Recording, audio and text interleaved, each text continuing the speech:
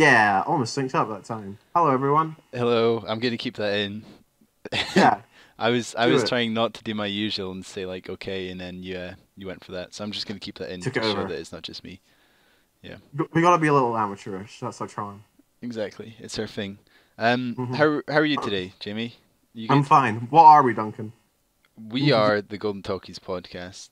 I am hmm Duncan. You're Jamie. I'm quite hmm tired today as well. So we'll see how Cool. that goes. Maybe I'll perk up as we engage in brilliant conversation. So we're the Golden I Talkies am. podcast. We Yeah. talk about films that came out 50 years ago this week. hmm Yep. Yeah. I am drenched in sweat today. It is very Are hot. you? Yeah, it's pretty hot here as well, actually, to be fair. Mm. Yeah, are you having anything to quench your thirst and your to cool I'm down? having a delicious alcohol-free Heineken pure malt lager. Nice. Our sponsor for today is the Heineken Corporate. Nice. Jamie's Delicious. drinking beer in the podcast, boys. Crack Glug, open a glug, cold glug. one and hear So all about regular. the games. We're basically Joe Rogan already. Exactly. Crack open a cold one and listen to us discuss the games from the 9th of Yeah. July, 1970, but also apparently Wow. April. But we're going to go Yeah. for the one that fits our podcast, so Yeah. We July. let's. U.S. date was July, was it? Or No, I think the UK date was yeah, July. that's fine. Yeah, We so 9th of July. yeah. Uh The games. yeah. I'll. Do you, what do you think this film's about, viewer, listener? I'll give you 5 seconds to guess. That's right. It's about the Olympics. It's at the Incredible. Olympics. Sweet, yay! Yeah. You got it. Yay. Incredible. It sure First is. prize. So, I don't have any historical context this time, really. All right.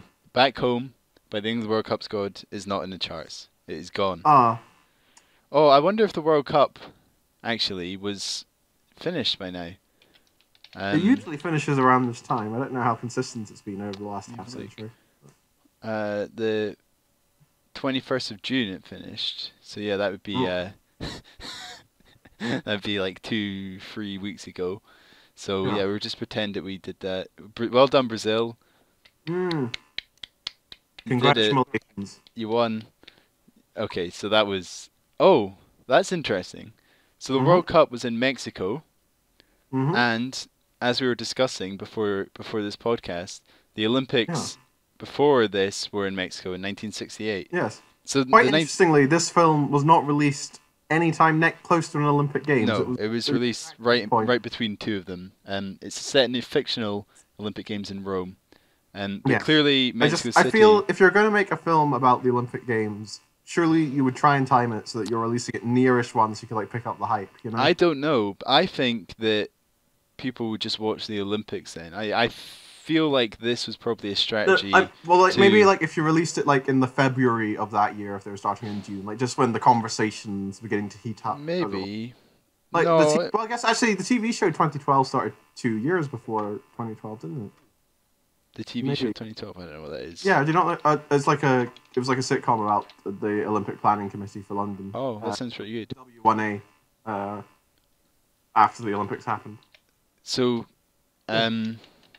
Cool Runnings came out in 1993, and the Is that previous relevant? Winter Olympics were in 1992. So it came out a year after Oh as right, is that well. just the Olympics you can think of? Well, that's the closest thing I could think. That's that's an Yeah, Olympic film. That's a Winter Olympic film, and it is not I released the same suppose. year as the Winter Olympics or the Olympics. I think that you capitalize on the fact that the Olympics are not on and won't be for a while. I think that was probably the idea. Although if you look at the takings for the film, it didn't work because this film made a Oh loss. yeah, this film made a big loss. It was like $7 million budget, $2 million on rental that it got, so that's Yeah, something like that. 5 million loss. So it didn't do great. But yeah, Mm-hmm. I feel like they released it not in an Olympic year in order for people that are interested in it to, Mm. not because it's not a true story. So you Yeah. would just watch the Olympics if you wanted. If you're hungry for that, if you've got that Olympic fever and like you're Exactly, destitute 2 years in, you don't know what you're to do with yourself. You can have a reflection of a reflection in this film. exactly. Hmm Good. So that's the film. Yeah. That's it. Thanks for listening. Yeah. Okay. JK, JK, Do you JK. want me to do? I shall do my plot summary now. Yeah, let's do the plot summary. Organically reach there. Okay, so we got our boy Harry Hayes. He's a Yeah, milkman in Windsor, and he's a real cheeky chappy. he is. He's like Two Michael Caine. words. Yeah, he's exactly like Michael Caine. Yeah, I would say that honestly, with the two words cheeky chappy, you have immediately understood everything there is to know about Harry Hayes as a character. yeah, yeah. But he's very talented at running. He does running when he's doing his milk run as a sort of fun thing. And one day a man notices him and he's like, "Hey, you ever considered joining a club?" And Harry Hayes goes like, "Oh yeah, Gov. I just run for myself, don't I?" And then he goes, "Well, how about running for your country, son?" No, that comes a bit later. No, that comes later. Yeah. But yeah, anyway, come join our running club. yes. And then he goes to join the running club, and then he meets there a surly coach who's an ex-runner, used to be the greatest, but Bill not any. Oliver. Bill Oliver. He's got a big moustache. Yep. Do you know who played? Do you know who played Bill Oliver? I've forgotten his name. He was very famous. Stanley Baker. Yeah. He was in Zulu with Michael Caine, who we're going to come back to. I think we should mention Michael Caine every week. Exactly. Michael Caine. We should mention Michael Caine every week. Don't you think? Like, just to be clear, Harry Hayes is very much a budget Michael Caine. That's true. I mean, I think even at this point, Michael Caine was slightly too old for the role. But yeah, probably, yeah. Regardless. But Stanley Baker is not too old for the role of the coach, and he is the coach. He is the coach. And he's also in Zulu. He's grumpy. He doesn't like these new runners, but he sees something in Harry. Yeah. And he takes him under his wing. And he's going to train him up to be the best. Much like a Pokemon. Exactly. So the premise of this film basically is that we follow 4 runners, and then we have a race with the runners at the end. Yeah. So the second runner is an American who goes to Yale. He is the least likable character in this entire film. Yeah. He's cocky. That's his thing. Yeah. And but, so, no, you go on. I'll say it. Stop when you get to the end of the US guy, and then I'll. His deal is that he has a heart condition, and he shouldn't be racing anymore. If he races again, he'll be risking his health. Yeah. So, that's the second story. Again, you sort of seeing the level of originality we're dealing with here. Mm-hmm. So the US guy, he's at Yale, right? Which is a university, a college. Mm-hmm. So, how come he's at the end of his career? Is he at the... You mean in terms of health, or... Well, I read a review that was like... it follows US guy at the end of his career, but I don't think he. Well, I guess he is because of the health issues. Yeah, I'm assuming from the context of the story, I'm assuming he's at Yale on a sports scholarship. Yeah, exactly. Presumably, he'd have a long career ahead of him if it wasn't for his heart issues. Yeah. Right. Although, just to be clear, like the heart issues the American has aren't like permanent. If he just took 3 months off, he'd be fine. Yeah. So like he's going out in a blaze of glory. Just to be clear. Yeah. But I suppose that's the issue with the Olympics being every 4 years, isn't it? It is. People, yeah. Okay. Number 3 is the... So early on in the film, Harry Hayes beats the world record for, I think it's like a 5-mile run or something. 6 miles. And we've got the old record holder, the Iron Man in Czechoslovakia. His name's, what's it, Verdick or something? Pavel Vendek. Vendek, that's it. Yeah. So he's a Czech man. He's 41, and he's like, good for him. I had 5 years in the record. Now, it's fine. It's gone to someone else.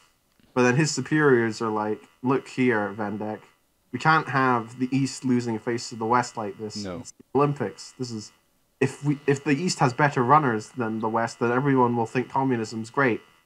Exactly. So we need to get back in the field at 41 years old and to reclaim your victory against this upstart milkman at the Olympics. Yeah. So that's a big deal. Not a lot really happens to him. And he's a general as well. He's a colonel, but yeah. Colonel, which apparently is a thing. They say at one point that that's a thing that these communist bloc countries would put athletes in the military and then train them in that way. Yeah, I suppose. Because there's at this time the Olympics were only for amateurs. Yeah. So that's actually they Yeah, that's couldn't one of have the slightly weird professional things in athletes, this. so they would put people in the military. I don't know how true that is, but in the film it's implied that like all Yeah. the Czech guys are in the military and they just train all day every day, but that's like the loophole. Did you get that Yeah. impression? I mean, I assumed like the colonel was like, joining the military was the thing he did afterwards because I hadn't internalized the amateur thing, even though I noticed it. Right. They definitely said at one point in the film that that was Yeah, a thing. Let me look but it up. yeah, I mean that makes sense. You're killing two birds with one stone, aren't you? Really, it's like, you got a well-trained military man out of it as well as an athlete. Uh-huh. But yeah, Benedict doesn't really have an arc in this film, is what I was trying to bring up. There's like he gets told to train, and then he has a little bit of hesitation, and then he just kind of does it. And then when they get to Rome, the military superior is like, "Hey, you're not going to defect, are you, Benedict?" And he's like, "No." And that's kind of his film. But he's there. Okay. Um, Apparently it is a thing. I'm looking at the New York yeah. Times now. An article from 1974. Uh, Hmm. that 20 of the 20 players on the Soviet national ice hockey team, 8 are listed as members of the Air Force and 7 as members of the Army. Oh, But then they spent their whole military time playing ice hockey. So yeah. apparently that's a thing. So that's quite cool. So that's how Hmm. they got around the amateur professional loophole. I get like the idea of having everyone be an amateur, but like it does seem really counterintuitive in terms of like getting the best of the best. Because like Yeah. all it's going to be is like a competition to see who has like the most free time to spend doing athletics. Yeah, I Like, think it it's like being a changed. politician in a way. Like if you don't get paid, then you're suddenly like locking out a lot of people who would otherwise be able to do it. Let me look. When did Olympics come fresh? 1986 was the Yeah, first time. surprisingly late. And I think that was a whole. I remember reading there was a whole organization of all sorts of like athletic bodies and organizations because suddenly Hmm. it was professional. And I think the main reason for that was the growth in TV viewership of live sports and like this kind of event Oh in yeah, particular. And it became it's a lot more interesting to watch professionals do stuff than you or me. yeah. So Well, thing yeah, like I'm saying, like if you allow professionals, then the standards obviously going to become much higher. Just by virtue of amateurs also have to do other stuff to support themselves, that's true. I unless they're like think super rich or something. yeah, I think it's also sports. It depends on the sport. Hmm. Like I know for American football, the international league is amateur only because obviously if it was Yeah. professional, America would just win Yeah. everything. You know what I mean? So like Hmm. for sports like that where there's an imbalance in certain countries or an imbalance in a lot of countries, I guess there's always going to be an imbalance, but an imbalance in a lot of countries, it makes sense to have international competition be amateur. But for stuff like athletics where you only need one person or something like football where most countries have a professional sort of development Hmm. system or whatever you want to call it, I think it makes a lot more sense to have it professional. Yeah. You know what I mean? I suppose it depends on context, doesn't it? Yeah, it depends exactly. It depends on the body and the amount of people you have doing it professionally. But yeah, it definitely. So anyway, the point is at this time it was amateur. Yeah. Yeah. So our last boy is an indigenous lad from Australia. I've forgotten his name again. Sonny. Sonny They call him Pintubi. Sonny. He has an actual name. Sonny to me seemed like a vaguely insulting nickname. Well, no, Pintubi is his That's name, Pintubi. but Yeah. that was his tribe, wasn't it? Okay, yeah. So just to be like clear, like the actual main character of the Australian like segments is a man named Big Jim, who's like a betting man, and then he sort of takes in Pintubi, and the perspective is very much remaining with Big Jim. So it's just kind of Pintubi's just sort of there as a sort of pet black man. Well, Like most of the film. until the ending. Well, yeah. So it's a bit weird Pintubi's arc because Yeah. it's basically it's mostly about Jim for a while, and then towards the end, it's sort of Pintubi is encouraged by a scientist from Zambia not to run. Yeah. To make a sort of statement about racism, and almost all of the sections with Pintubi feel incredibly racist. Incredibly so, yeah. Like, wrong to say, like genuinely, I think it's quite stunning, even among the stuff we've seen so far.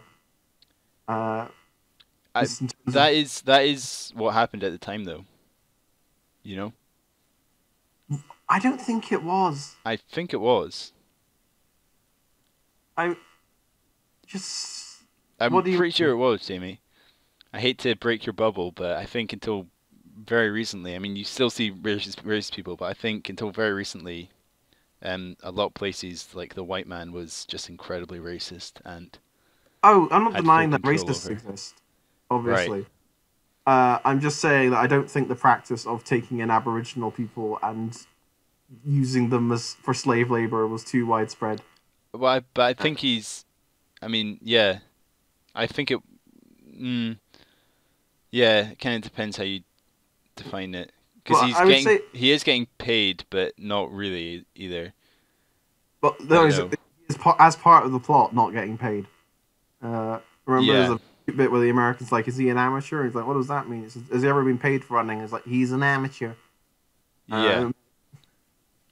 But like, I would say that all of the films we've seen, whilst none of them have been like too progressive on the racism front, they have at the very least acknowledged like the humanity of black characters, which I'd say doesn't really happen. This one really doesn't. No. And that Fintubi has a truly remarkable lack of agency for almost all of the film until the end.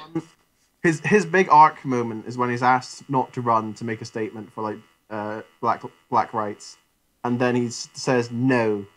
And then he runs without his shoes, which I think is his. Yeah. It's like his. I think the point is that he does want to run. Yeah. But he wants to do it his way, and he doesn't want to not run to try and prove a point. But he also doesn't want to. He wants to sort of break free, but like I think that's the sort of tough thing, is that he doesn't mind the running. You know what I mean? Well, like it'd be a very different film if like they held him at gunpoint and forced him to run, or like they said we're not gonna look after you unless you run. Which I mean they kind of do that, but you know it's he does want to run. It's a weird one. Well, undoubtedly it's racist, but like it's how racist it is. I think his arc as written, and I'm wondering if it would maybe come off a bit different in the original novel, is about him trying to establish his own agency. Yeah, I think so. Between the forces of Big Jim and what the scientists from Zambia want him to do. Yeah, I think that's it. I think that's it. What I want to do. But the issue is that what he wants to do happens to align exactly with what Big Jim wants him to do anyway. Yeah. So, like, if it was like I thought the way they were going to do it was like Big Jim was like saying, you know, we need you to come like in 5th place or whatever, and then he would, you know, peel out ahead and get first, and that would be him like staking his claim. Yeah. But it doesn't happen. Big Jim's very happy when he wins. Yeah. So really, all that happens is that, and like, there's no real like, the camera doesn't give him agency, as it were, in that the moment of the big decision for him would presumably be at the starting line where he decides whether to run or not. But they ignore him for that, and they just sort of come back to him halfway through the race. That's like the first time they mention him running, and it's just he runs good, and he wins. So there is the beginnings of a good character arc, and perhaps the only really original one, or halfway original one in the film. But it doesn't really do anything with that. Yeah, I mean, I guess it could do with showing what happens going forward, because obviously he shakes, he shakes Vendek's hand, and he's like now one of the big runners. It's like a handing of the torch moment, but then the film just ends, and it kind of feels like maybe his arc could have been completed in some way by now being the champion. I don't know. Yeah, even if he just like told Big Jim to fuck off at the end, then that would be something, you know. Yeah. But I think we are supposed to like Big Jim. Are we? Well, I think he's like a funny big guy. Yeah, in like a funny way. I don't think you're supposed to like him as in necessarily. No, but he's supposed to be. He's wacky. Yeah, it's Uh, hard. It's hard to tell how much of the racism is um supposed to prove a point and like yeah, show what he's gone through, and how much of it is just like they didn't even mean it that way. That was just part of the yeah. film. You know what I mean? It's kind of Well, hard to tell yeah. without any like first-hand accounts. Although even those could be wrong, obviously. But Mm. you know what I mean? Like Yeah. Well, it's just it could be that he's treated so poorly, and all the racist stuff is all written for the audience to be like, oh my god, that's so racist. But it mm, kind of feels like it could just be that that's kind of how they were written at the time.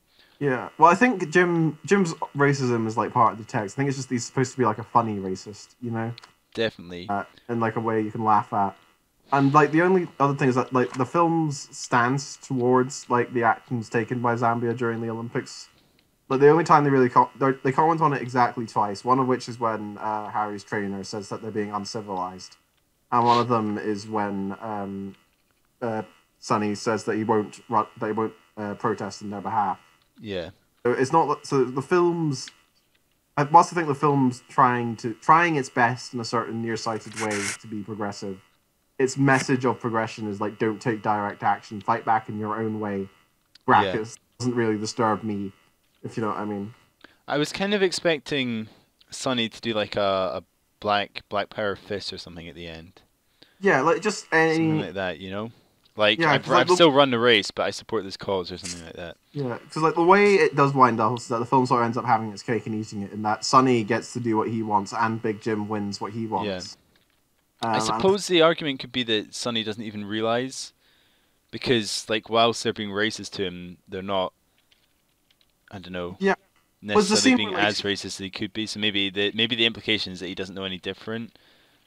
was the And scene where Sonny's like, I'll give you back everything you gave me," and then he just hands him the shoes. So, like, there's clearly a twinkle of animosity, as it were, that's supposed to be there.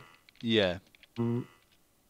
But yeah, at least I don't think the film doesn't really condemn Big Jim in any way. Sonny doesn't really get agency against him, so it just kind of comes off as just remarkably passe, I suppose, towards the attitude taken. yeah. I really don't think that that's supposed to be a major part of the film. You know? Yeah, well, I think the other big well, like Sonny's arc is about agency, and I suppose it does turn on racism in a bit. But I think the film's attitude towards it is just, isn't it funny when Big Jim is racist? Yeah, And doesn't really have many more developed opinions on that, other than, like I say, violent protest is wrong, and that's sort of its two moral points. yeah, Yeah, yeah. uh, yeah, So I guess we should. So that's the four characters. So you've got yeah, Harry Hayes the milkman, Scott the American American, yeah, Yale sports scholarship guy, Scott Reynolds, mm, Pavel Vendick the old Czech runner, and Sonny Pintubi the Aboriginal yeah, Australian guy. mm, So they go through their various arcs, which we might go into more, and then yeah, they all end up in the marathon in the Olympics in 1970, yeah, and hilarity ensues. yeah. Not really So hilarity, but one of the slightly weird things about this film, and I guess this is maybe it being unstructured, I was talking about the ending, is that the way it's structured is that it's like, you get to learn these four characters, you get to learn what's about them, and like in films like this, you assume, or it's intended, I should say, to be like, so when you put these four characters that we all know very well in competition, it'll be more engaging because they're interacting with each other and you understand them. yeah, But the thing is that both the nature of marathon running and the way it's set up in the film is that they don't really interact during the competition. no, So there's no real payoff to being invested in them. I would agree. Like, I don't know, either if you did it so like the four of them were more lined up in the marathon, so like they were more interacting with each other more directly, or if it was Yeah, another sport where there's maybe I don't know, boxing or some boxing's cliche obviously, but it's just there's more interaction between competitors, or you show their mental processes or yeah. anything like that. Or But even interaction before or after, because so yeah, they do meet before. So well, Pavel not even because Scott Pavel and Pintubi meet, but I don't think and Harry Hayes obviously know, and Vendek obviously know of each other. But I Well, don't no, think they meet because remember they race against each other and he gets beaten. Oh yeah, they ran against So, each other once before. but I mean, my point is that they meet, but there's no real meeting. Like there's like Yeah. this respect for each other. Like Pavel meets Mm. Harry, and like beats him, and then they go their separate ways, and then Yeah.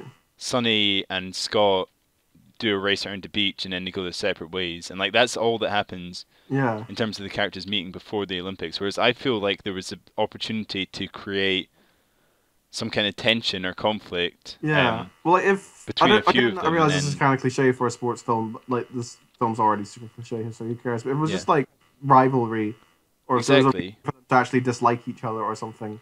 Or as it is, they all seem to get on quite well, and they're all pretty friendly. It's kind of Although hard to really care. now that I think about that, I kind of like it almost. Like I feel like it. I feel like it would have been very easy to Hmm. like have Harry be like the good British guy, and then have Yeah. Pavel be like the evil Czech guy with his like evil team. You know, like I'm thinking like Cool Yeah. Runnings, Yeah. it's Yeah. like the Swiss, and then I think in Eddie the Eagle, it's also like a Swiss guy. You know, and you've Hmm. always got these like stereotypical film villains, and I feel like it is Yeah. almost nice to have the individuals at least be because they still talk about the Yeah. conflict between East and West and stuff, but actually having the individuals Well, not be involved in you that, I kind can of like still, almost. yeah, you can still have sporting things where like every character likes each other and is very decent to each other. You can still have a proper rivalry where like regardless of the spirit of competition, they still want to beat each other, and you can still like show that. Hmm. Like there's not a lot of intensity to the competition itself. No. And I'm just saying that would be an easy way to create that if you wanted. Because I suppose the message of the film that's trying to go for is that it's not about the winning; it's about doing your part. Yeah, well, they literally play that clip at the end, Yeah, don't they? The they do that stupid thing where they play a voiceover and do like black and white photos, and yeah. then it's profound, quote unquote. But yeah, so like so the film's trying to like talk about because they all try very hard. I suppose is the uniting thing between them. Yeah. But yeah, if there was just a little more, there just needs to be something else to the race itself. Because as it is, they just Well, kind of there. do the thing throughout it, and that What, just feels like what was that? waste of the premise. They all just kind of do their own thing during the race, Yeah. and that's just a bit of a waste of the setup, as it were. I mean, I guess the idea is that they all come together at the end. So. Yeah, but like even if if it was just say Harry and Vendek or Hmm. Scott and Patubi, just if it was just two of them, and you developed them a lot more and made it so that like they were friends, but maybe they had like a bit more of a friendly rivalry going on, Yeah. and you could be a bit more invested in the race itself. But as it is, I really don't think it would be impossible to make this film much better, even just focusing on four people. But I suppose it would be easier to focus on rivalry between just two. Yeah, I 'Cause mean, as, or focus on the rival team between East and West more. yeah, I guess they touch on it, but they don't really yeah. look at it Yeah, I mean, like, much. because like it's sort of obvious that whilst they like interact with each other, like it's really just Scott and Patubi and Hayes and Vendek interacting, and they sort of form off in pairs, as it were. Yeah, exactly. So like, yeah, it just there needs to be more focus on the competition between the characters, because it's quite hard to get invested in it as is Yeah. when it's really four characters undergoing their own separate battle against themselves, as it were. Yeah, I guess part of it is trying to show the sort of Olympic multinational Yeah, well, that's thing. But I agree they could have done that better, but I guess that's why they focused yeah. on the four people from like Mhm. four very different parts of the world and then, Well, brought them all together. there's a figure skating anime, and I know you love it when I take the conversation in this direction, To called anime, Free yeah. on Ice, which like talks about which is like about figure skating at the Olympics, and that's Right. really that walks the line very well, and that because all the characters in that show love each other very much, and they're all incredibly friendly to each other, but you still care about the competition because they all are actually competing, as it were, and Hmm. they have conversations and stuff. Right. Um, but like that's also perhaps a better sport visually as well because there's gaps between performers, so you can have like discussions in between then, and you can focus Yeah. on one character at a time in an easy way. And it's visually So interesting, obviously. yeah, Whereas running this like issue with it is this is the interesting thing about the whole marathon thing, mm, is that I mean, correct me if I'm wrong, but none of the runners are marathon runners explicitly. They mm, all get like converted to marathon runners just for the Olympics, yeah, I think so. right? Because Yeah, I think Hayes Harry, just does a little bit of everything, but yeah, well, he does a bit of everything, but he's been doing the 6 miles and stuff, and then the 6 mile yeah, record that he broke was Vendek, so you assume that Vendek run that. mm, Pintubi just runs around the beach, and Scott says that he's just going to enter all the events, which implies that it's not his specialist one.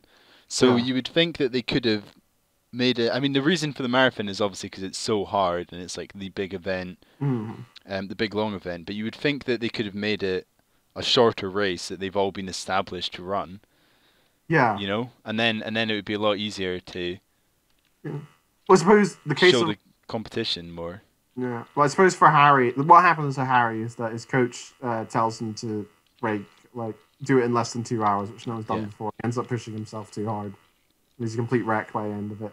yeah, So I suppose if you want to have that moment, it can't realistically be like anything shorter than the marathon. that's true. Uh, That is obviously the reason for that. So it's interesting. So do you know how fast the 2 hour marathon is? it's less than 4.5 minutes per mile. Yeah, so one person ever in the entire world has run it, and Mm, it was on a set course.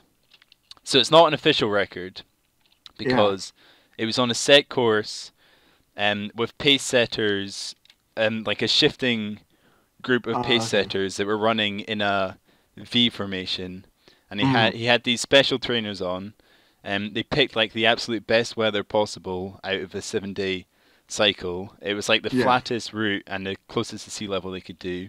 They had a car in front of them that was projecting his pace on the ground in front of him, so he could check that he was constantly at the right pace. And that's the only person that's ever run a 2 hour marathon. Yeah. And it doesn't count because of all those various things that were changing it. Enabling it. Yeah. So Mm, that kind of felt a bit. Didn't really get yeah. that. Like Well, like I assume Bill was just setting him completely unrealistic goals in the hope that he would get close to it. yeah. But that No, one just seems. I think the point with Bill is that like he puts too much faith in Harry's ability, and like eventually it does go Yeah. too far. So I Well, think he does Bill because he genuinely believes says it's like possible. he says you're going to beat the world record in his first proper Yeah, race, which is insane, but yeah, like obviously. I think from stuff I have watched in the past, it seems that the hardest part about long distance, well, not the hardest, but one of the hardest parts of long distance running is keeping an eye on your own pace. 'Cause you don't really have any markers. Yeah. Uh, the markers you have are very rare, and obviously it's so important to keep an eye on your energy level and stuff like that. And Harry does not do that, and he looks very No. convincingly exhausted by the end. Actually, looking Yeah.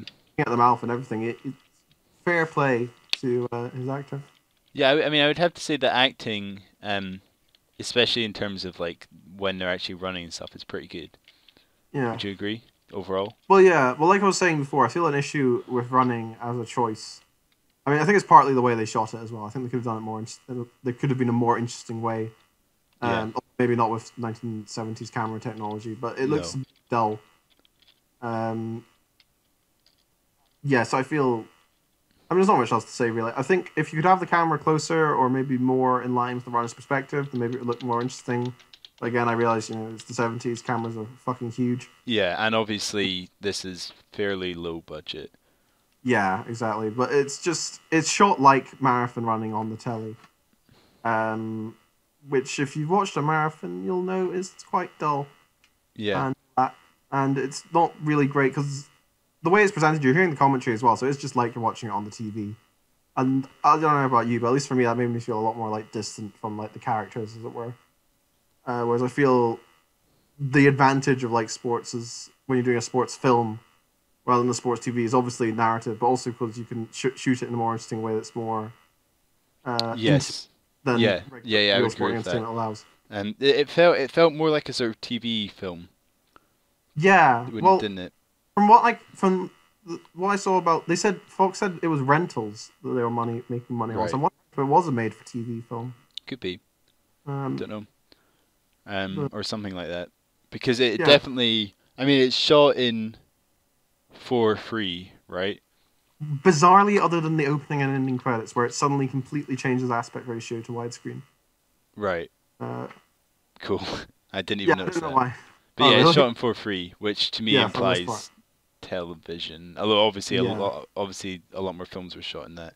But I think all the other ones we've seen have been shot in widescreen ish. yeah, I think so. Or at least Maybe not. I might be making it up, to be honest, no. actually. I think you're fair. I think you're right in saying that nothing we've watched so far has been in 4:3 at the very least. No. Um, So I'm looking at marathon times here. The mhm, record there was a new record set in 1970 in Edinburgh, mhm. actually. Ah, cool. Which was 2 hours 9. Hmm. Wait, is that? Oh no, that's not. Oh yeah, no, that is the record. Yeah, 2 hours 9:28. So they were looking to cut 10 minutes off the world record at the time, and currently the world record is two 2 hours 1 minute and 39 seconds. So it would Yeah. be a minute and a half off the current world record as well. So it's pretty insane, Yeah. basically. I mean, I realize like for sports films, you want to raise the stakes and everything. So Yeah, definitely. I'm not too concerned about that. And I mean, I assume that's always like I know at the moment, a 2 hour marathon is like the ultimate goal. Um, Yeah. so I assume it's just been that for ages. Yeah. Well, like the 5 minute mile was a big goal for a long time, and then obviously it was broken, and then a bunch of people broke it at once. Yeah. I don't know if that anecdote has any relevance to this. I don't know sports, but Yeah, one no, I think it does. I sure think someone will the go I on. think I think once that got broken, the sort of main Yeah. running thing to go for, I'm pretty sure I read that once that got broken, the main thing to run for was the 2 hour marathon. Yeah. Like that was the next big thing, like once people did that. But I'm sure it will happen eventually. But Probably. yeah, regardless, the point to take away, I think, from this discussion is that this film is basically an hour long build up to one race, and that race kind of sucks. I don't So know if it sucks, but it uh, definitely is not I the think it sucks. I didn't think it sucked, but I didn't think it was the big cinematic spectacle that had been built up Yeah, to. or I suppose it doesn't justify the build up. Even if you saw that race out Yes. of context, you'd probably enjoy it just as much, really. Yeah, Uh, yeah. I think half that's a the better way to put it. Um, yeah, so I guess we can say what happens to each of the people. So Harry yeah, runs the marathon. yeah. He's close to beating 2 hours, but then he collapses as he enters the stadium. Um, He finishes like he barely. He's gets to the point where his coach can run at the same pace as him. Then he yeah, slows down to just below walking pace, and and his coach has a bad leg. yeah, and then he gets to the point where he can't even follow the course properly, and he's sort of going around in like weird circles and zigzags. Yeah, And it's like I think it's like 230 yards away is when he breaks down, and he had a yeah, really early lead. So it's really Harry's race, as it were, is more about whether his early lead is enough to sustain him as he slows down. yeah. Which it And is yeah, not no, yeah. because Uh, he completely and then yeah, collapses. he collapses over the finish line, and then the film goes, yeah, good for him, he tried. Yeah, but he comes in like seventh or Seventh, eighth or something. yeah, seventh. Yeah. So Uh, that's him. Scott Reynolds has has the a heart heart that his attack. doctor warned him about. Yeah, Yeah, but he also takes pills. We forgot to say yeah. earlier. That's not like. There's a scene where he's like, I don't know about this, man. Should I be taking these pills? And he's like, yeah, dude, it's fine. Yeah. And then it never really gets brought up again. I was wondering if maybe that caused the heart thing. Yeah, no, I think it definitely All did. right. I think that's the point. But Okay. also the handover of the pills seems very obvious to me. What? Oh, what during the race? You mean? Yeah, like they're running. They do it a few times where he's running, and then he just like grabs him out of the hand and puts him in his mouth. And Mm. to me, if I was an official, I would be going, "Why did you just give that guy a really long high five and then like touch your mouth?" Yeah. I mean, I don't know. It's the 70s. Everyone was doping. Everyone was doping. Uh, Fair enough. I mean, it would be a lot easier to cheat then. So maybe, I'm sure you could do it with enough sleight of Yeah, hand. Playing a marathon where like you are supposed to be handing people stuff, obviously. that's Uh, true, I guess. Yeah. Anyway, so he collapses like 2/3 of the way through, or 3/4 of the way through, or yeah, something. quite He spectacular, I runs must into a say. wall. He runs into a Yeah, wall actually. it's Yeah, very funny. it is Um, funny. like I say, he's very cocky and annoying. So it is kind of. I don't think this is the effect the film's going for, but at least it was nice to see him get his comeuppance.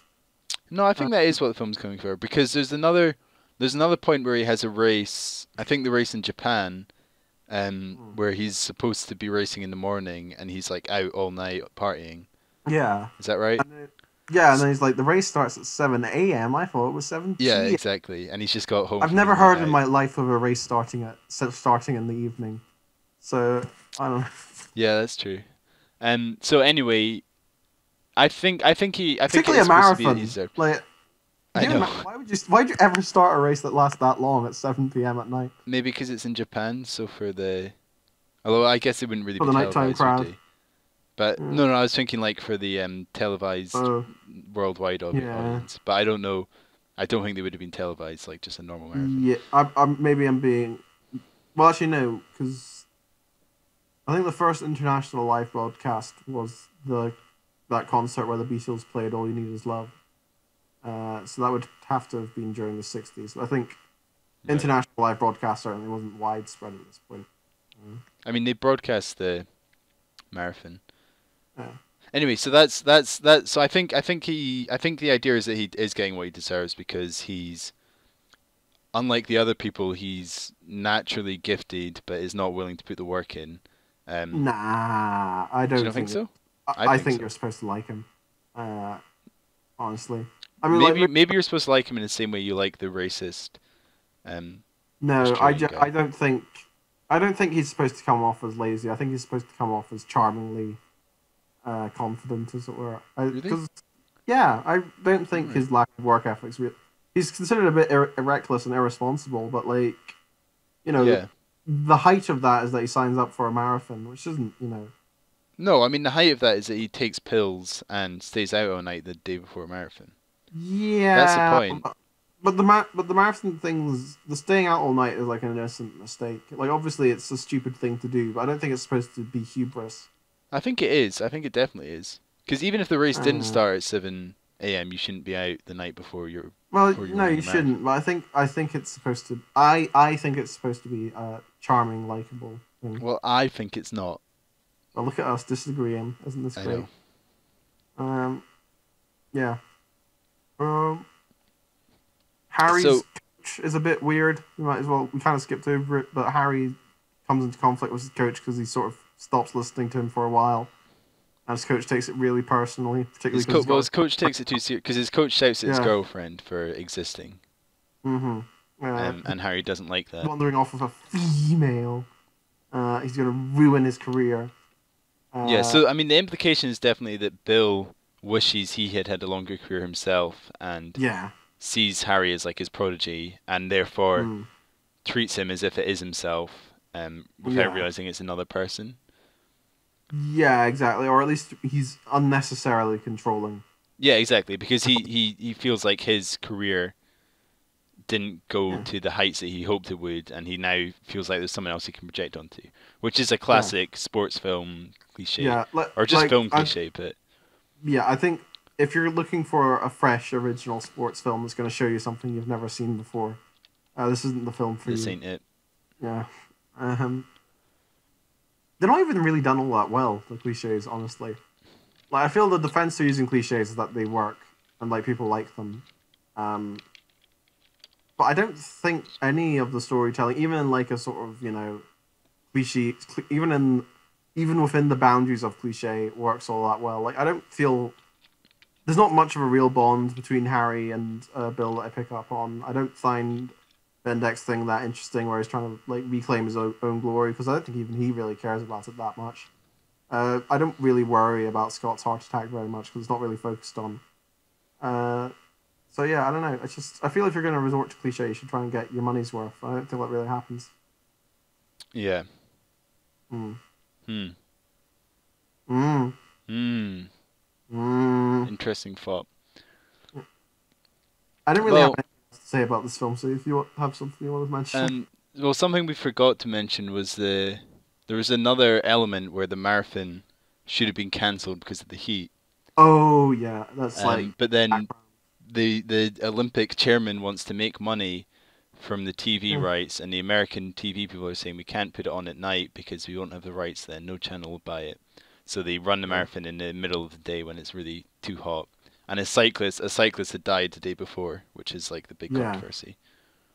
I So I that's mean, another bit of drama in the uh, film, and that's probably it's why like Harry collapsed. yeah. I mean, it's only really mentioned in the context of Harry's storyline, as it were. It's only really Harry and Bill who talk about it. Yeah. And I assume it's supposed to be like making clear that this is a very irresponsible decision of Bill's to tell Harry to do it, and then the 2 hours. Well, I think it's also an irresponsible decision by the Olympic Committee as well. Yeah. Yeah. Because all the implication is that all the medical advisors are saying don't run it, Oh, and okay, that's the only yeah. people that are saying to run it are the TV people. Okay, yeah. And then the chairman goes, "Oh, money, okay, money." Like that's the Yeah. the drama there. Mm, But it also, as you say, links into Harry's story, yeah. obviously. Um, Yeah. just apropos Let me have a of look at my notes here. See if. this film makes me think a lot about how 60s Britain always looks a bit shit. Kind of glad I live in it. I'm sure there are parts of it that look nice, but they're never on in film. I don't think it was nice. I think between the 60s and 80s, it was not very nice. Wow, I wonder why.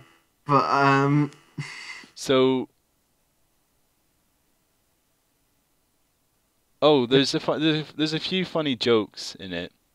Um, oh yeah, do you know, actually, looking at my notes here, I think you're right. I think the American is supposed to be likable because he does the drinking game at the start. oh yeah. Um, and then That's very weird. the chug-a-lug game. Well, he does a chug-a-lug thing, and then he's like, "What shall we bet on, Smithy?" And then the girl's like, "You could bet Me. on me. I'm a Yeah, commodity," or something like that. It's weird. it is Uh, weird. Do you know? Okay, I'm now that I remember that he has that drinking game. I think that his arc is that he starts off, as you're saying, as like a charismatic, slightly cocky but likable guy, and I think the film is trying to say that that can go too far. yeah, Now that I think about it, he doesn't because learn humility when it's forced upon him. Maybe. exactly, I think he starts off being very likable, but then Mm, as the film progresses and he makes more bad decisions because of his personality, or yeah. whatever, then I think he changes to become not likable, and I think that's the point. Mm. And I think he probably realizes that himself when he runs into the wall. Have you ever seen The Wrestler? Yeah, Yeah, that's just. I feel just the nice thing about cliche is that it's very easy to recommend films that do the same thing better. If you want a film like that, watch The Wrestler. It's is good. that I'm trying to remember exactly what his arc is, That's but it Mickey is kind of Rourke. that, isn't it? He has a heart attack if he'll ever wrestle again. Yes, that's right. You Yeah. know, the film. But he doesn't. But I guess that one's more that he doesn't know anything else, isn't it? Well, yeah, exactly. But that's it's an interesting direction to take the conflict. As again, not unusual, Yeah. but there's focus and context, and you feel something when the time comes. Yeah. Some of which I would say are true for Scott. That is a really good film, actually, isn't it? The It rest. is. Yeah. There's a lot of bagpipes in the film, despite the fact that they're in England. Yeah, that is weird. Yeah. It's not really much going on in this film. What else have I got here? Oh yeah, so I was saying there was a good joke in it. Uh, When Harry joins the running club, and I think this shows his cheeky chappy character that we were talking about earlier. yeah. When he joins a running club, the guy says we better find you a coach, and he says that's all right, I'd rather run, which is pretty funny. And Yeah, I feel like that really captures his character. exactly. There's nothing funnier than wordplay, really, is there? Exactly. Uh, You're not the wrong. key to the Blitz spirit. um. Oh yeah. So something else. Something else I thought was as I was watching it, they're telling the four stories as we've said, and the four stories Yeah. are almost entirely separate, apart from Mm. the the the two pairs meet at one point and then they all meet at the Yeah. end. But I felt like they weren't split very evenly, or No. maybe that's not the right way of putting it, but No, no, no, they that's weren't fair. spread out. They weren't spread out very evenly, and you Yeah. kind of ended up saying we've not seen X for a while. Well, yeah, Um, like almost all of Harry's stuff is in the beginning, and then he kind of vanishes for exactly, the second, exactly. second third. And And then like I there's say, some bits. Vendek's barely in the film, given that he's one of the main characters. Like he He is really barely in the has film. two scenes. Yeah, and then Uh, there's a couple bits where a character has like a really long bit, and then another character has a really short bit, and then it's back to yeah, the character had a long bit with another long bit. And I feel like that's not uh, necessarily a problem, but it yeah. definitely Well, I feel can, it's maybe a weird thing to complain about because I think in any other film you'd say it as a compliment, but is that at the beginning Harry is very clearly like even for the first 40 minutes of the film, I'd say Harry is very clearly the protagonist, yeah, and that like all of the dramatic resources that were are devoted towards him. yeah, But towards the very end of the film, he doesn't get any special focus compared to the other three. I would say. yeah. Um, Which actually is almost nice. I was about to say in It another means that context. the world is established, and then as things are Yeah, introduced, they become more. You know, now that I'm thinking about it, as you know, I've just finished watching all the Marvel films, yeah, right? And it's kind of the same as that, in a mm, way, where like if you think about that, you have a character like Black Panther is yeah, introduced briefly in one film, mm, then after that film's, you know, he's introduced in a way that he relates to the other characters, and then he's yeah, developed later on. So I feel like mm, that almost works where like you hear about Vendek first, so you focus entirely on Harry, then you hear about yeah, Vendek, you see Vendek very briefly, so you get an idea of who he is. Then you go back to Harry's story, finish that, and then yeah. you learn more about Vendek. I almost feel, now that I'm actually thinking about it, I almost feel like it works quite well. Well, you say that, but like Vendek, yeah, you have that sort of like seeding, but Scott and Sonny are introduced apropos of nothing. It just flashes Yeah, uh, towards the end of the maybe I'm series. just thinking Yeah. of the one example that No, works. well, I think there's elements of. I think this film could have been made in a much more elegant way, Yeah, and both in terms of introducing characters and having them clash in a more satisfying way in the conclusion. yeah, Like, it's not an original idea, but obviously the core idea of let's introduce four competitors and then have them compete at a thing is perfectly solid.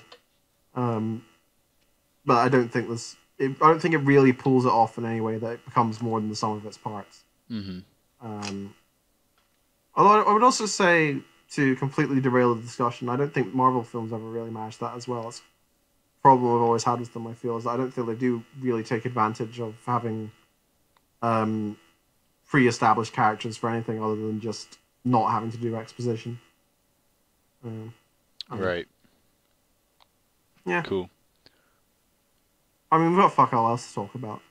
Um, Um, what else have I got written down? They call London the White City at one point. Have you ever heard that before? nope. I Okay. guess it's got some white stones in it. Obviously, that's about it.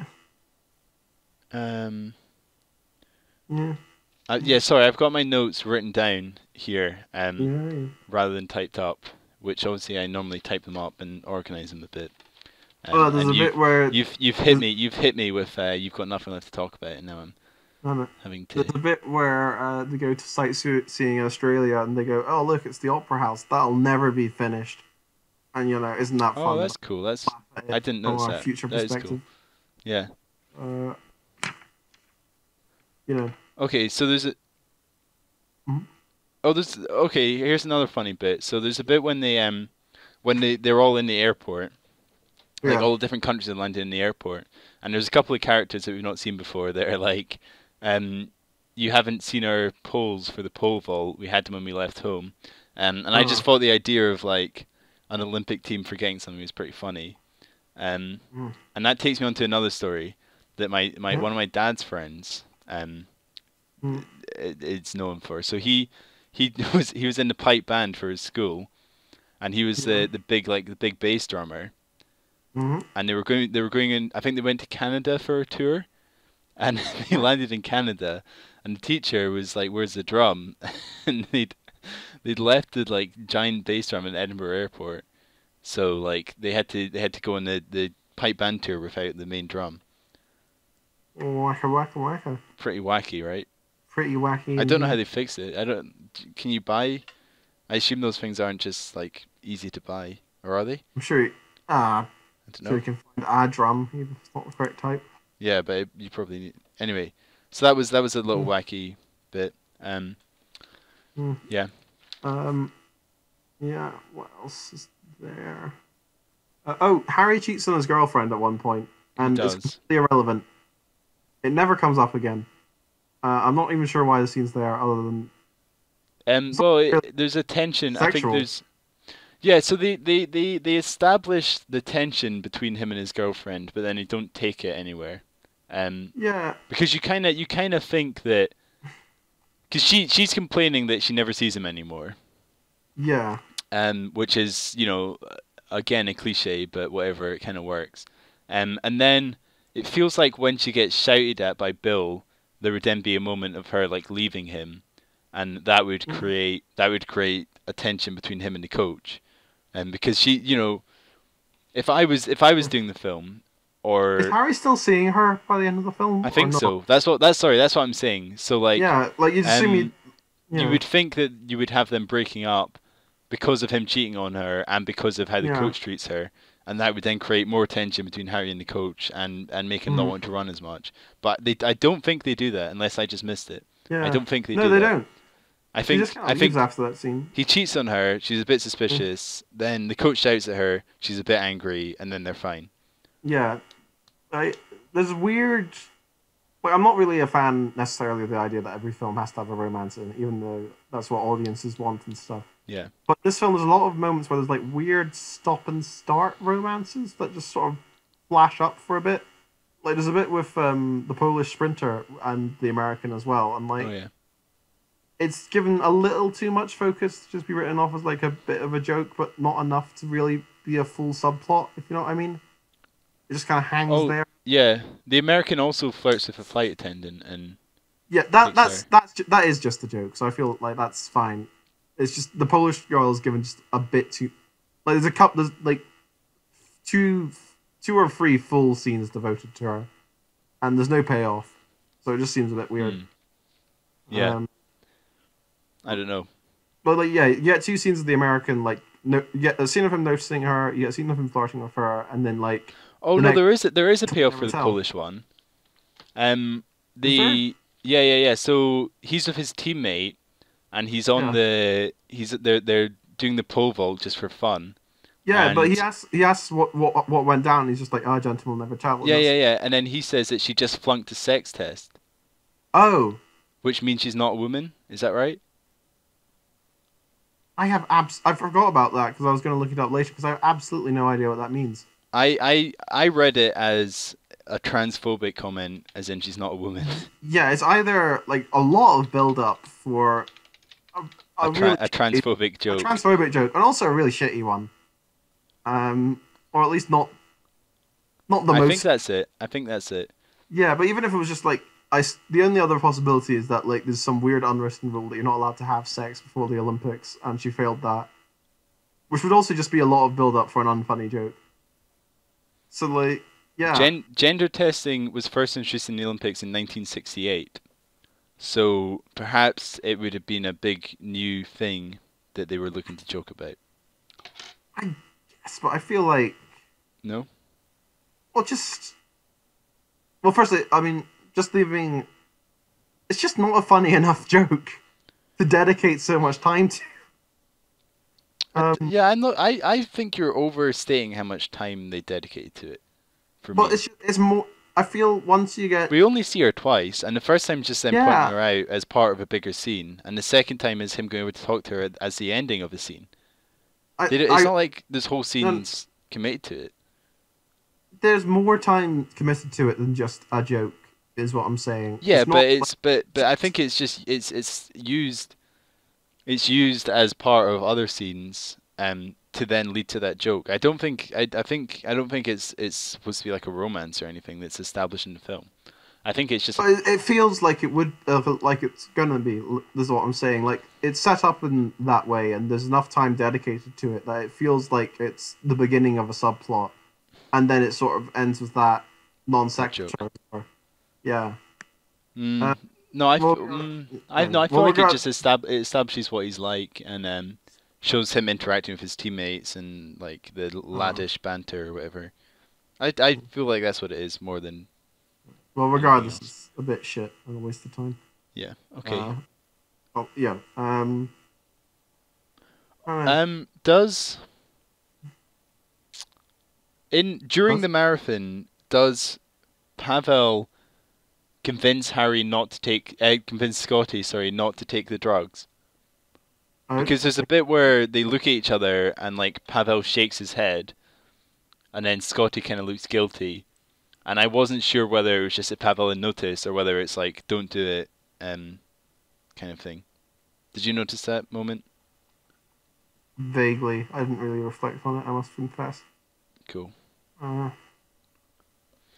Yeah.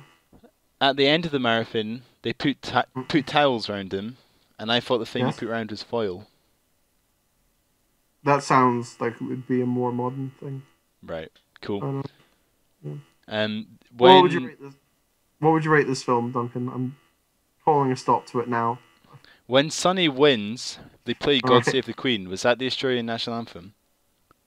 I would be surprised. Let me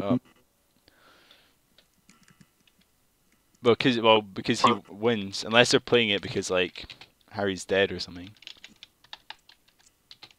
Maybe it's just to give it. It's a British film, so maybe just for. Oh no! It was God Save the Queen, prior to 1974. Oh, that's nice. That's good. Good Is to know. it? Yeah, I like that. It just seems weird. I suppose Australia never had like a violent separation from the UK, but still. No. Well, I mean, regardless, it was done in a referendum to get rid of it, so I think clearly popular sentiment was probably against it. Okay, I think I'm pretty much.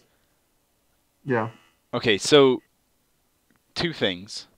Mm-hmm. I think, and then we can move. Oh no, there's a few things here. So apparently Elton John wrote a song for it. Did you notice that or hear that? I saw that. I've already forgotten the song. Right, I need to look it up after because I have forgotten it. I didn't notice it. They used life-size dummies to fill the stadium for the final scene, which is interesting because that's what actual sports are doing now at the moment. Oh, is it? Yeah. I only watched one Premier League football match, and they just had the stands empty. So I've watched zero, but have you not seen all the controversy about that? I'll Where be honest, Duncan. The people I follow online don't talk about sports very often. I mean, it's not. So people were basically what a lot of clubs were doing was saying, you can buy a cutout in the stands. So send in a photo of you, or of a celebrity or something, and we will put their cutout in the stand, as a person. And people were sending in like Hitler, and they were sending in pedophiles and that kind of thing.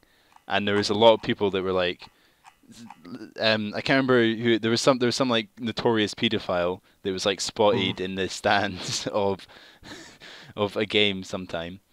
I can't believe you didn't see any of this. I don't pay attention to these things. Yeah. All my discourse the last 3 days has been about that stupid Harper letter. So that's what? Everything else, that letter they all wrote to Harper. If you don't know about it, I'm not going to tell you about it because you're vastly better off. Cool, fine. Yeah. Okay, the guy that plays Sonny was an Aboriginal Australian postman who had never acted before being cast in the film. I believe it. Cool. And then he was willing to just be racist. Well, I think you take the work you can get, don't you? Yeah. So, yeah, you were saying what would you rate this film? What would you rate this film? So I'll be honest. At the beginning, I was kind of I knew it wasn't that good, but I was enjoying the Cockney accents and the fun of it, and I would have said it was a watch if it's on. Yeah. As the film went on, I realized I probably wasn't actually enjoying myself very much.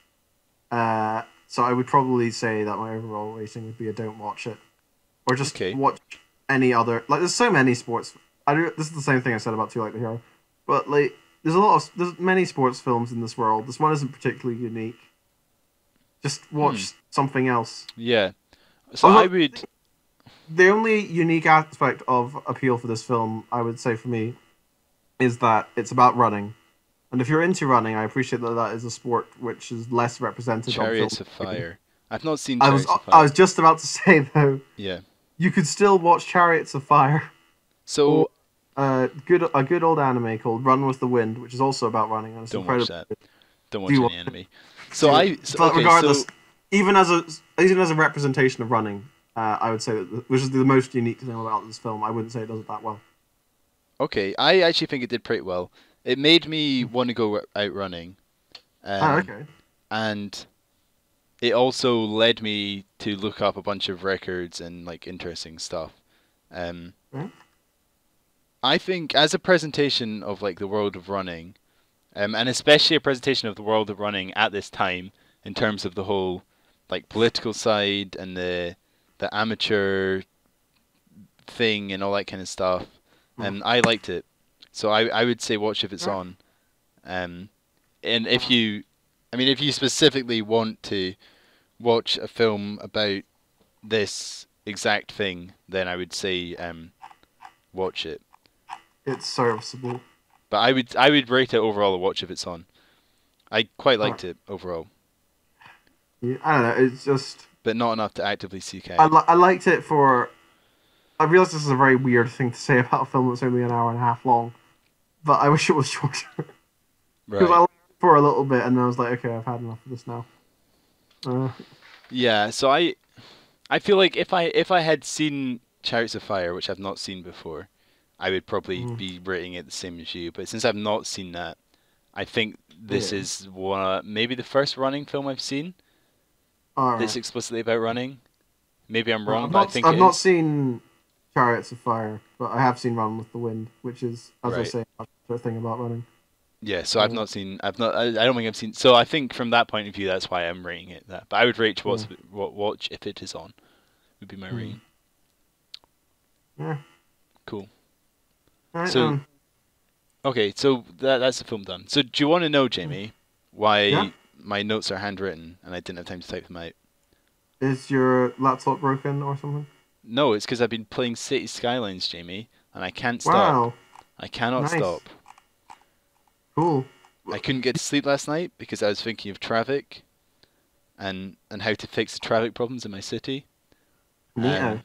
I've been I've been I've been every moment I've not been playing it, I've been wanting to play it. It's really It's always got its nice when grip that on me happens. for the last few days. So Nice. yeah, Yeah. I got all the DLCs in the Steam sale. I was like, do Oh, you know what? I'm gonna Jesus. play City Skylines. I bought all the DLCs apart from like the one that wasn't on sale. So there's a bunch of new stuff that I've not done before that I'm working out, I and it's great. But So, it's also the most frustrating thing in the world. I'd The like to say, fucking I think I hate when these games that like require like a grand design, as it were, and there's like one small part that's wrong with it, but you can't like fix it because you're gonna mess up a bunch of other things. yeah. Always upsets me deeply. It's not that unforgiving. The Ah. good thing about it is you can quite easily completely change stuff. Mm. Like I can't remember what there's definitely a game that's kind of similar to it that has a mode where like SimCity, maybe. one I don't know maybe where once you've like placed something down that's it locked in. Oh. And if it was something like that I would not be able to play it. But City Mm. Skylines is pretty forgiving in terms of in fact it actively encourages you to move stuff and demolish stuff and upgrade stuff and change of the times and change of what's going on. Mhm. But that still does. I mean, on a grand scale, you still have to try and plan in some way because Jesus it is so fucking stressful. Yeah. And the annoying thing is, it is really fun, Um, but the stuff that's really fun is like building the city and like designing a park in it and that kind of thing. All that stuff's really fun. But then you Yeah. end up fucking managing traffic for like half the time I'm playing the game. Oh yeah. Half the time I'm playing the game, I'm sitting changing highway lanes and like trying to work out where people want to go and where they're coming from and all that kind of stuff. Yeah. Um, yeah. So Yeah. it's mixed. Everything I hear about City Skylines does eventually devolve into a discussion of traffic. Yeah, I Uh, mean that is the sort of inevitable thing. yeah. Which I suppose in real life is also the big discussion of well City. exactly, it needs to be. Yeah. It absolutely needs to be like that. And Mm. I think I need to put more public transport in, to be honest. I think that's really where I've gone wrong. Is Yeah. I've not really been using public transport, which means that as well as all the industrial vehicles on the road, I've got like everyone that wants to go anywhere, on the Mm. highways and stuff. I've also built a national park, which is incredibly popular and busy, in the middle of nowhere, which means that like everyone's going down one road to get to it. So like Yeah. those two things combined are not doing great, but Mm. I'm starting to fix it, so that's good. Oh, Anyway, good for you, that's project. why my notes are handwritten because I was playing that up until like the very last minute, Great. and it's Very got its grip on responsible me. of you. It's got its grip on Yeah. me. Yeah. Why so? I haven't been playing very much this week. I've been busy. Oh yeah, doing what? I have jobs. They're disgusting. Um, Oh and I've also been lazing around because I'm a very lazy person by nature. yeah, I played a game of Civ with you, if you recall, 6 whole days ago. we Uh, did. That was then our I, first time playing it. yeah, I was about to say. Then I played a second game of Civ. I feel the thing with like grand strategy games that you only really start enjoying it once you understand how like the systems interact with each other, which isn't the point I'm at yet. So I Yeah, might give it another go soon, and but then hope you've been playing it in your own time as well as. just a little, just one session that lasted 3 hours. Mm. Um, so yeah, I might give it another go and see if it clicks. Well, I'm sure we'll have another game. Yeah. It yeah, it seemed kind of fun, but in a Mm. I don't know. Mm.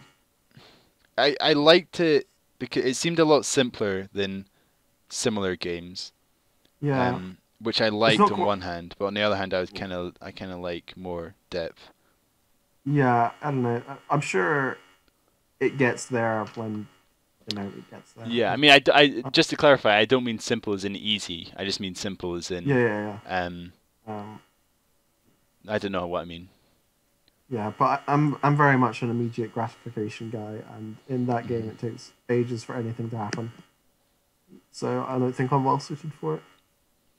So yeah, That's cool. that's my only opinion. I've been. Talking about I mean that's the other thing with City Skylines is it's taking a long time. I picked the worst starting map. I picked a starting Oh yeah. map that is like ridiculously hilly, and that makes it Mm. so hard to like build roads in and stuff. Like everything's on this huge fucking hill, and then like there's hills within that hill and stuff. So I feel like that's Oh. another problem I've got with my City Skylines world that neither you nor the viewer has seen or knows anything about. I can visualize it. Don't worry. Exactly. Uh, I've been keeping on with my Ghibli marathon. Oh yeah. I picked up the pace slightly, so I've now watched a whole 2 films in a week. Is Uh, that did you pick up the pace because I embarrassed you with my Marvel yes, marathon? yes, entirely. Cool.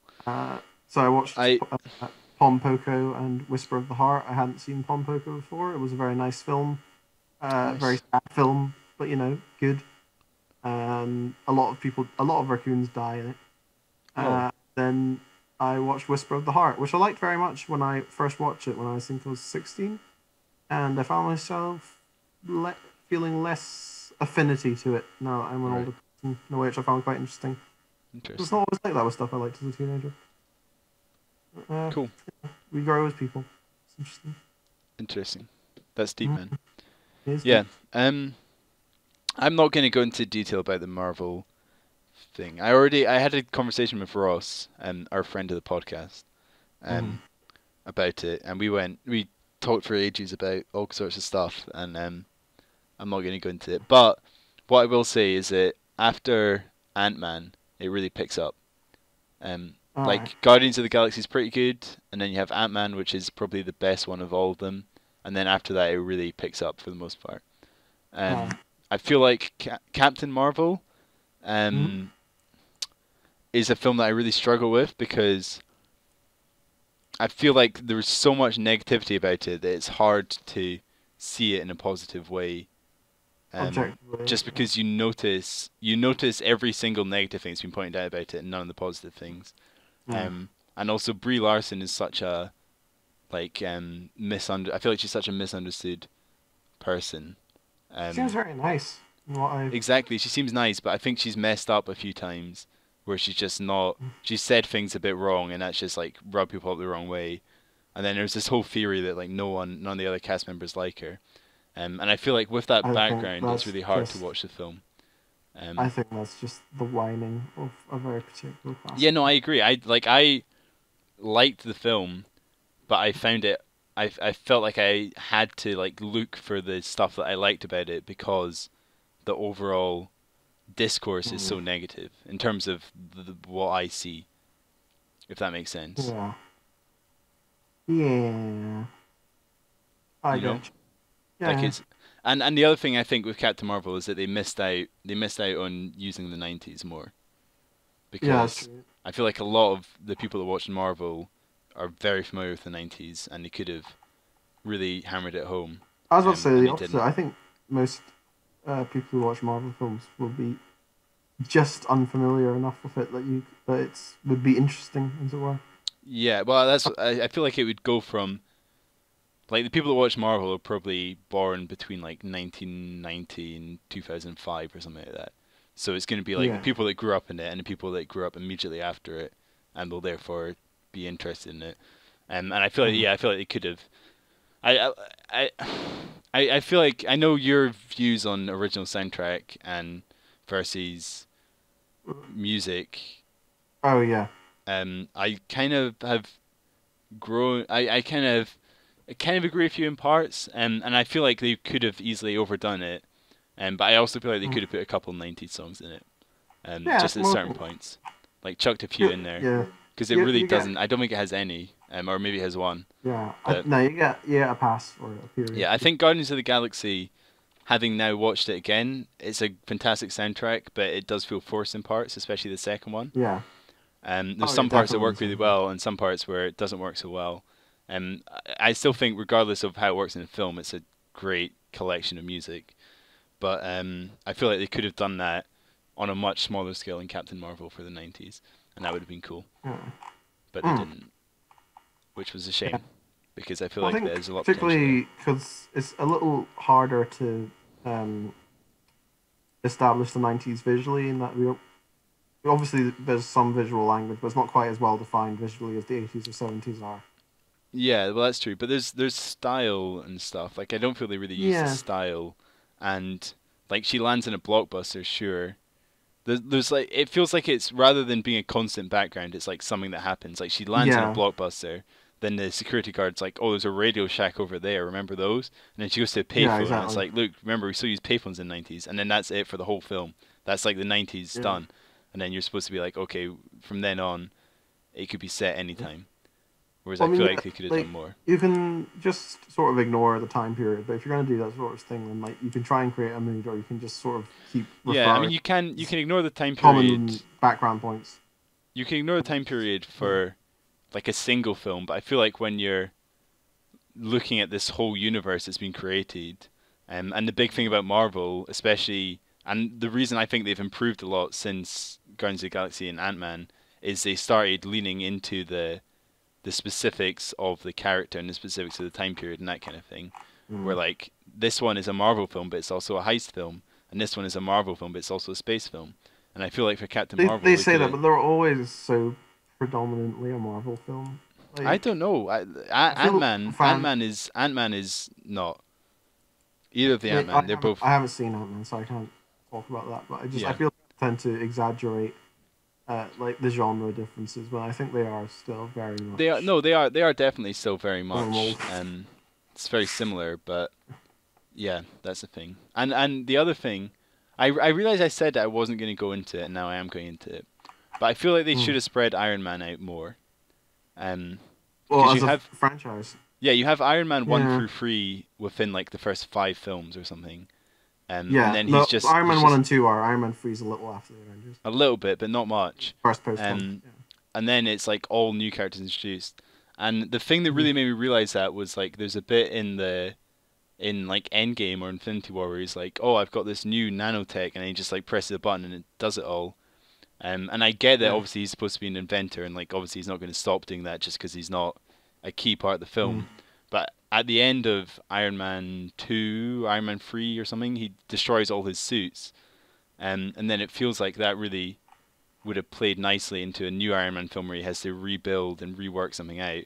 But instead, he Yeah. just turns up in another film with a new suit, and then by Well, it's Infinity just War, he's got nanotech, and he's just like doing it all in the Well, background. it's weird that in the end of that film, because I feel the implication is supposed to be that like he's giving it up and he's gonna reinvent himself as a more complete person who doesn't need to rely Yeah. on this, as it were, and then he just sort of Then he comes doesn't. straight back. And then, of course, he does Yeah, after Civil War. He does that more, where he goes into the background for the most part. Although then he comes back and helps yeah. Spider-Man and stuff. So it's not really. Just enough to ruin But Spider-Man.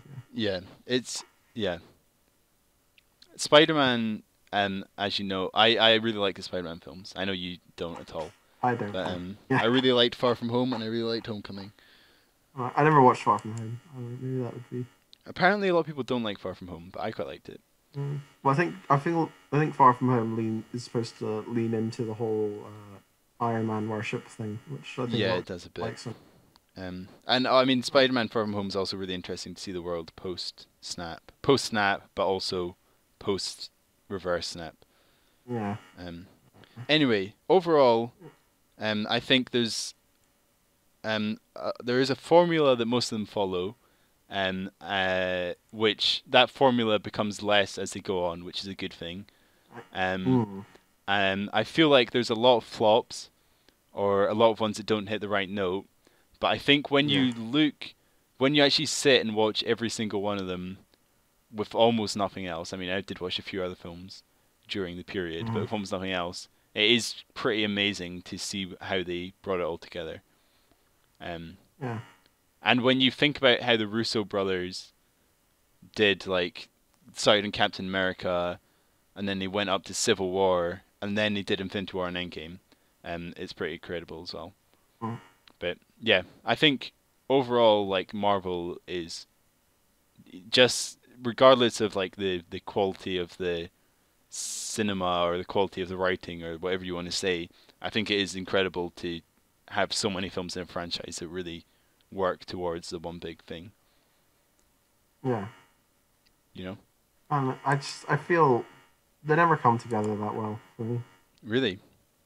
I don't like Well, it's just Jimmy, well, you've not watched them in order ever. Like sat down and watched them all in mm, order. So how would you possibly know that? well, it's just No, no, Jamie, your opinion's invalid here. Really, I'm the one that's sat and done a Marvel marathon. So yeah. Well, Avengers 1 is fine. Well, there aren't that many characters in it, so it's it's a bit more controlled. Then Avengers 2 kind of sucks as a film. Age of Uh, Ultron. yeah, and Yeah, then it's not great. That's the first one I ever saw, I think.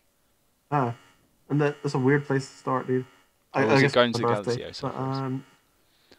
and then Infinity War and Endgame. It's really just background noise. All these characters. It's not like there's all these well-developed characters like clashing together, and like I'm really invested in that. No, It's just I but know these people are powerful. Here they are in the background. Uh, yeah, yeah, but I'm not saying that they all are super important in these films where they're brought together, but I just mean the way that mm, the stories are brought together and the way that specific things happen at specific points, I think really works. I don't know. yeah. Clearly you don't agree, but But if you like them, I'm so sick of them. I'm so tired of them. I don't want to watch that one. Yeah, I don't well, have. I feel like now I've watched them all and I can tick that box and then I can just Mm, watch new ones when they come out. I like it. fair, fair. As a franchise. Mm, Like if you compare it to Star Wars where they made a trilogy without knowing what was going to happen in each one, yeah. you know? And I'm not going to get into like I hate this film, I like this film, I don't like this. But you think about how that trilogy was made with like different directors and writers changing stuff between films and stuff, and then you compare it to a franchise that is 25 films with very few plot holes and characters that link together. That's what I find impressive, regardless of anything else. Anyway, my voice is about to give up. Okay. So, Bye, everyone. bye. Well, Awesome.